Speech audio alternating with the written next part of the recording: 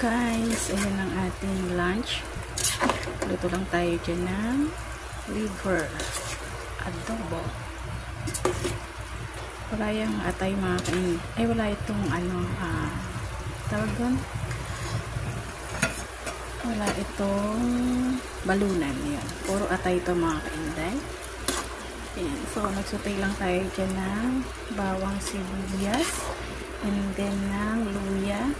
Tinamahan ko na yan ng laurel at ng paminta. At syempre ng ating seasoning. Ayan, pakukulan muna natin yan. Hanggang sa maluto ang ating atay. Lalagyan natin syempre yan ng egg and then ng patatas. Yan. Pakukulan muna natin mga kainday. Lagyan natin ang ating patatas.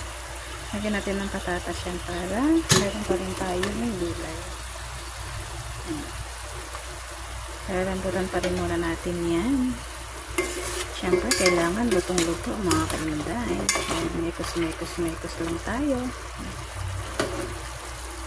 Takpan muna natin.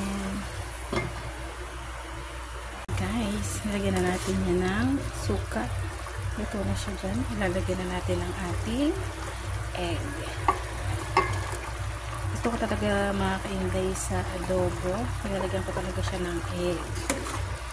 Para mas masarap. Diba? Yan. Tikman na natin.